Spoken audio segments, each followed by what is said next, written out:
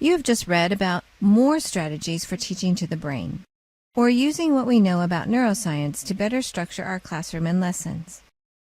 As you watch this video, keep the following questions in the back of your mind. What are the basic principles of brain-based learning?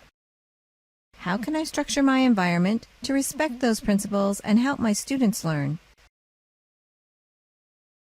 You already learned that timing, rehearsal, and chunking can all help move information from your students' short-term memory to their long-term memory. But there are outside or external factors that can help shape students' learning too. There are a few different strategies you can use to structure your classroom environment and better facilitate learning, including getting away from the classroom altogether. One strategy is called orchestrated immersion.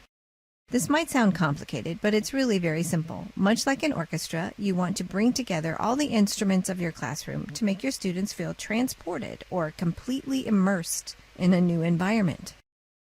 For example, if you're teaching a class about Mexico, consider hosting a Mexican Fiesta Day, where students dress up and cook Mexican food together.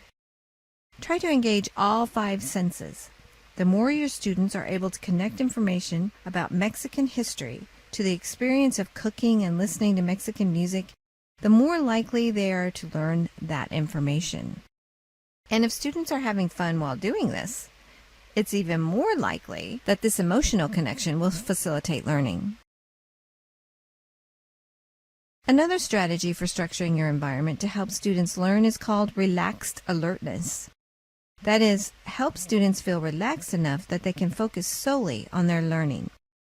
Dim the lights if possible, play soft music. Some scents have been known to help create a relaxed environment, including lavender and cinnamon, while the smell of peppermint can help students feel mentally alert.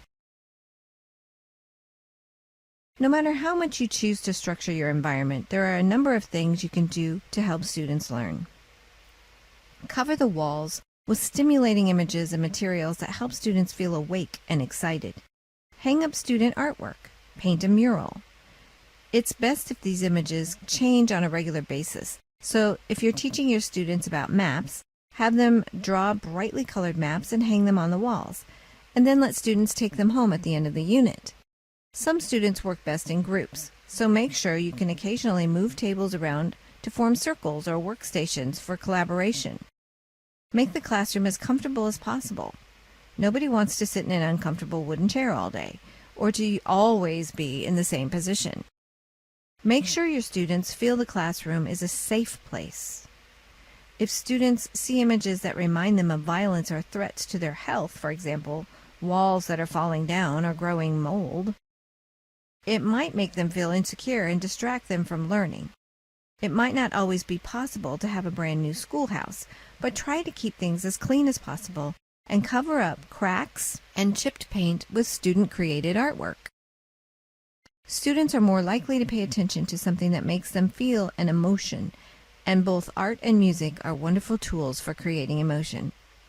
Make sure there are different kinds of artwork visible on the walls, or even painted on the floor, or on a colorful carpet.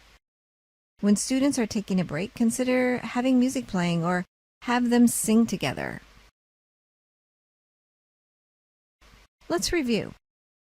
In this lesson, you learned a few strategies for structuring your environment so that you can better teach to the brain.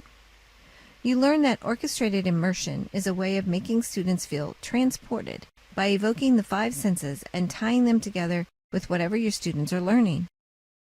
You learned that relaxed alertness is a way of creating a comfortable, supportive environment with dim lighting, candles, and other pleasant sights, sounds, and scents, so that students can feel comfortable enough to focus on learning.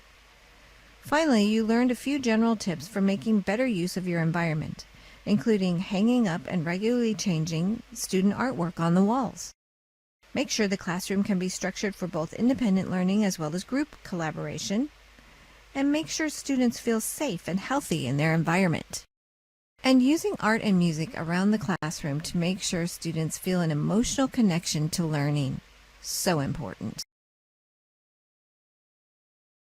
Remember the questions that you asked yourself at the beginning of this video? Now is a good time to answer these questions.